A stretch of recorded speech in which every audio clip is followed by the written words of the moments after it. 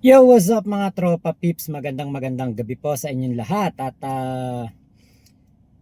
napablog lang ako kasi alam nyo meron po akong isang iniidolo na tauhan ng MMDA. At isa sa mga tagapamahala doon. Bukod sa ating nirerespeto at ginagalang, talaga namang tinitingala natin at iniidolo na si General Torre. Lagi po kasi ako nanonood dito kay Gabriel Go.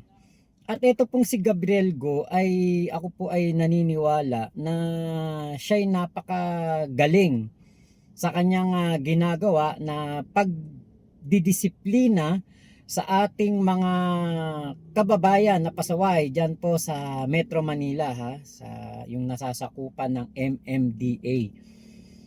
Alam nyo, updated ako. Lagi ako nanonood dito. Ngayon, kasi ala naman ako ibang kumbaga maitutulong sa kanya. Ala naman akong kasi mga usaping legal na yung kumbaga ngayon na kanyang kinakaharap dahil nga po siya bukod sa sinuspinde kino-question din po yung kanyang mga pagbibideo, yung pag-post niya ng video netong kanyang mga trabaho o kanyang paninita, panghuhuli sa mga pasaway sa Metro Manila. Ngayon ito yung mismong video niya oh. Ayan oh. Tatakbo pa eh.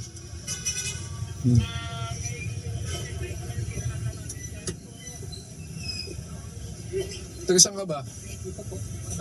Ano ka dito? Teacher. Ba't may radyo ka? Sa school po namin. Ano ka, security ng ano? Sa school po namin, Pang?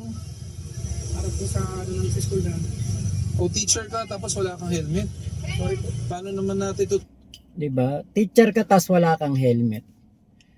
Marami tayong nakikita na nare-report sa kay Visor, sa Parque Serie,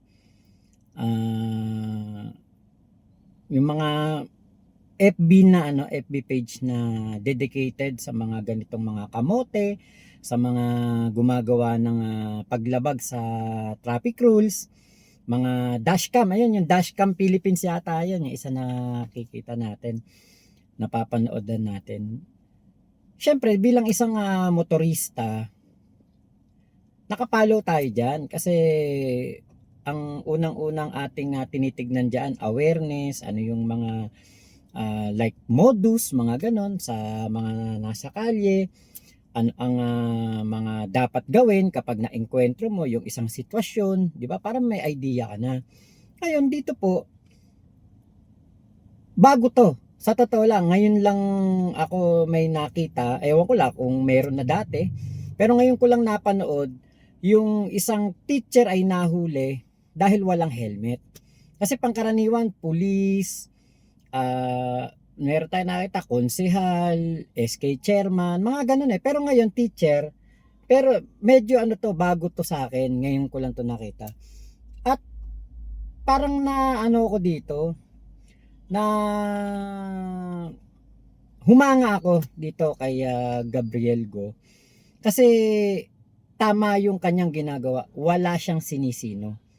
Kahit sino yan, hulihin mo. Lalo pa, umpisa pa lang ng video, tatakbo na itong si teacher. So hindi may iwasan na sa isang katulad ni Gabriel Go na nagdidisiplina ng ating mga kababayan sa Metro Manila, yung ginagawa niya talaga, marami talagang mambabash, maraming mangko-question, maraming titingin sa kanyang kredibilidad at sa kanyang mga ginagawang trabaho kung tama ba ito. Pero para sa akin ito po, tama po ito.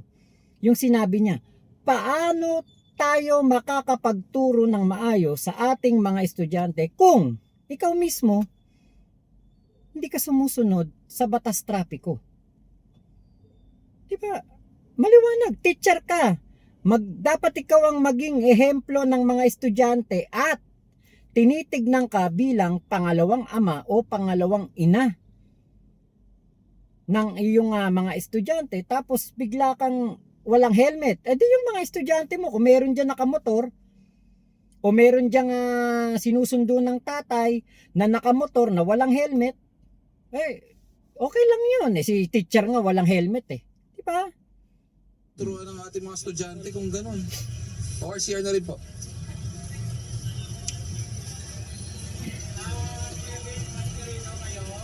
Sir, baka pwede magdinali sa ano. Sa ano nyo, nakapit. Blurred ka naman eh. Mm. Huwag ka na lang magpapakilala ng pangalan mo. Naka-blurred naman siya. Kaya po hindi tayo abogado pero para sa akin hindi naman na siya sakop ng Data Privacy Act o hindi siya yung kumbaga parang nakalabag sa batas ng Data Privacy Act etong si Gabriel Go, kasi nga unang-una naka-blurred, saka nasa public place naman. Buti sana kunwari nahuli siya nasa loob ng hotel o nasa loob ng restaurant, na meron kang expected mo na ikaw ay merong right to privacy. Yun kasi yung sa Data Privacy Act, yun yung nabasa ko. So katulad nito, public place, nasa kalsada, ewan natin kung ano ba to, may establishmento dito sa gilid, parang restaurant, pero nasa kalsada eh. Wala kang privacy talaga dyan. Ngayon, kung ikay nahuling lumalabag sa batas, ito yung mahirap sa ating mga kababayan. Nahuli kang lumalabag ka sa batas trapiko o sa batas, ayaw ng natitibi, ayaw ng napipicture. Katulad na lang nun nga di ba? Nahuli si Marcoleta. May mugshot na makikita mo, nakatago ang kanyang muka, binlurred ang kanyang muka, pangalagaan daw ang kanyang kumbaga pagiging pribado, pangalagaan daw ang kanyang kumbaga parang sa profesyon, ganyan. Pero alam natin si Marcoleta, napakakapal ng mukha nitong bumanat kahit kasinungalingan na, di ba? Hindi nga to nahihiya na tumanggap to ng 75 million mula sa mga private donor para sa kanyang kampanya, di ba? Tapos yung nakasuhan na nahihiya.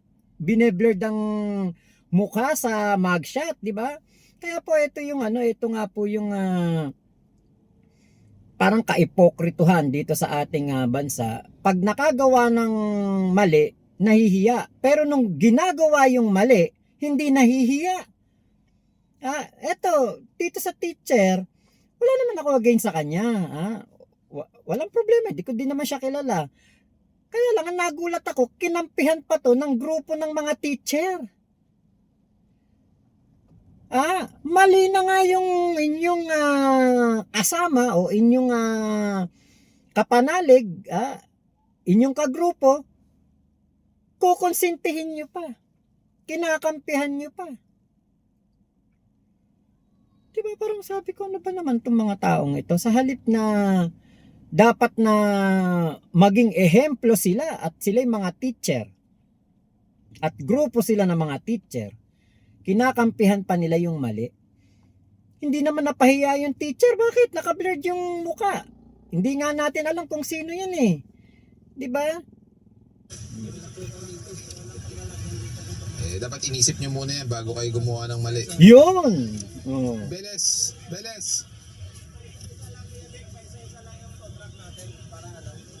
No helmet.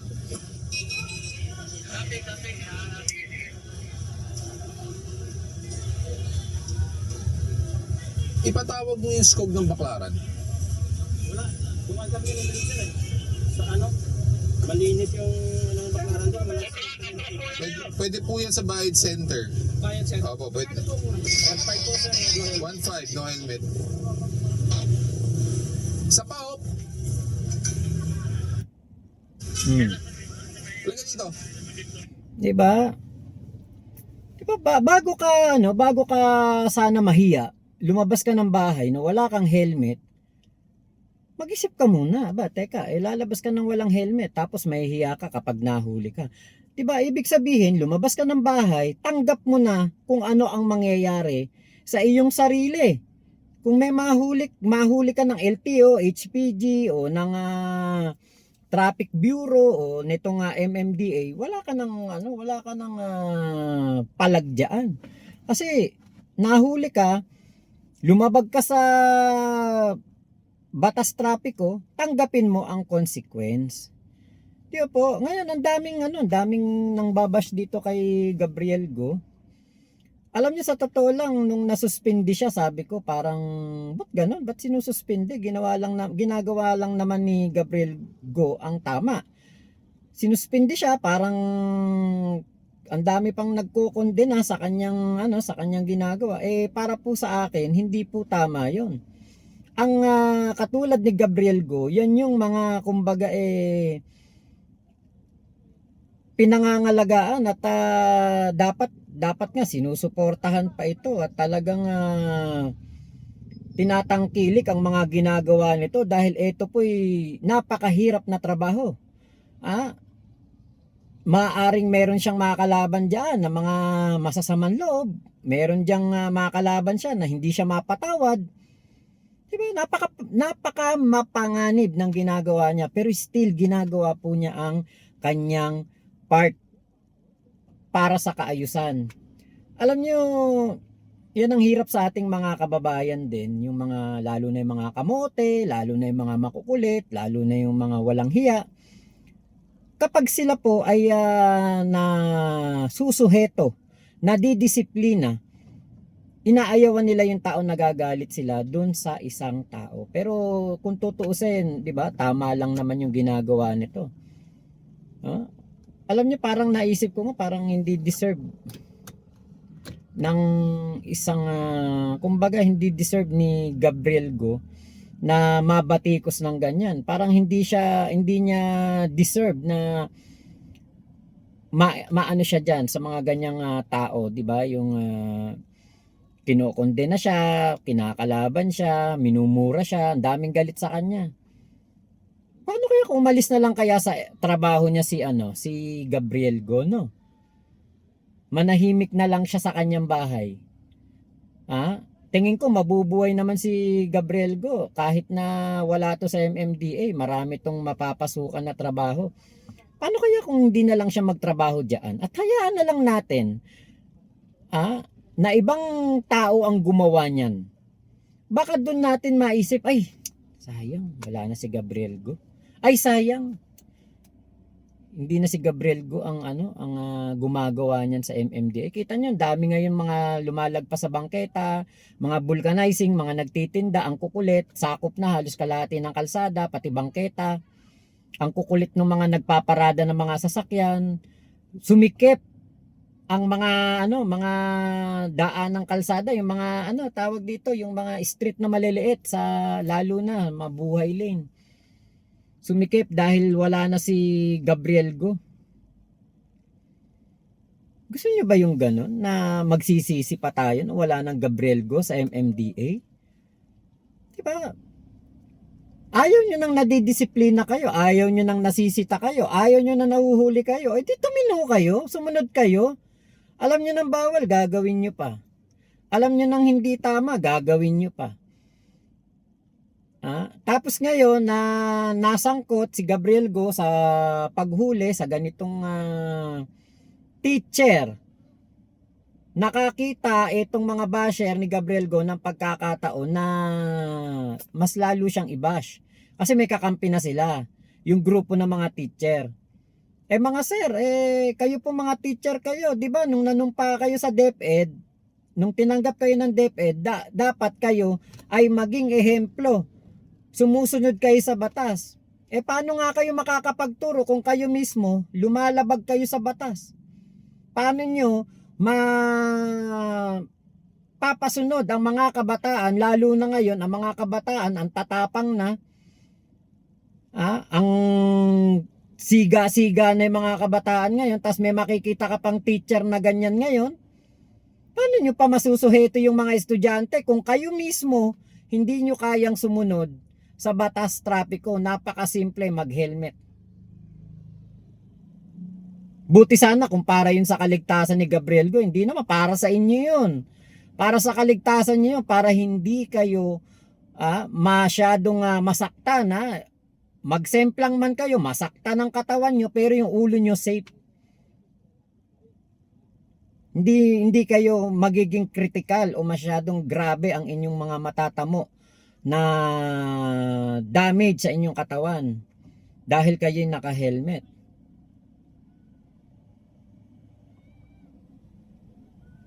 Alam niyo, sa totoo lang, kapag nawala si Gabriel Go sa MMDA, diyan kayo mamomroblema. Magwawala ang mga dating na huli ni Gabriel Go. Maglalagpasan ulit sa bangketa yan, sasakupin ng bangketa, pati kalsada sasakupin na.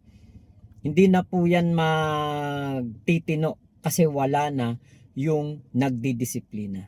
Pag-isipan nyo po yan. So yun lamang po, maraming salamat sa pagsama nyo dito sa aking vlog na ito. Ingat po kayo, nasan mang panig kayo ng mundo, momo chup chup, love you, God bless us all, Pilipinas. God first, salamat po.